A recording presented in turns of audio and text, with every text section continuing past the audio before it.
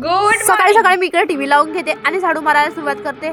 आणि सिरियलचा एवढाच मेन भाग होता का मी इथं झाडू मारता मारता बसून जाते टीव्ही पाहण्यासाठी.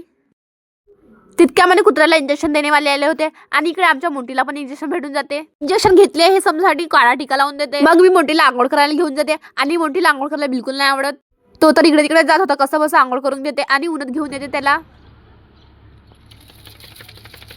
त्याला ऊन सहन नाही होत म्हणून तो मला खाली घेऊन येते आणि शॉर्टकटच्या चक्करमध्ये इथं पडता पडताच वाचला तो. मग मी मोठ्याला केस करून देते आणि बघता बघता क्लासला पण जायची वेळ होऊन जाते. तयारी वगैरे करून मी निघून जाते क्लासला जायसाठी. इकडे दूर दूर पर्यंत कोणी दिसत नव्हतं आणि हे ऊन तर पूर्ण उन्हाळ्यासारखीच वाटत होती. A few moments later.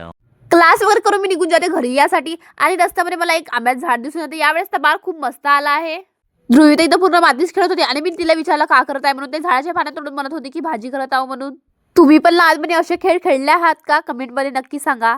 चला तर मग आजसाठी इतकंच. भेटू नंतरच्या ब्लॉगमध्ये. अशाच नवीन ब्लॉगसाठी फॉलो करायला विसरू नका आणि व्हिडिओ आवडला असेल लाईक करा.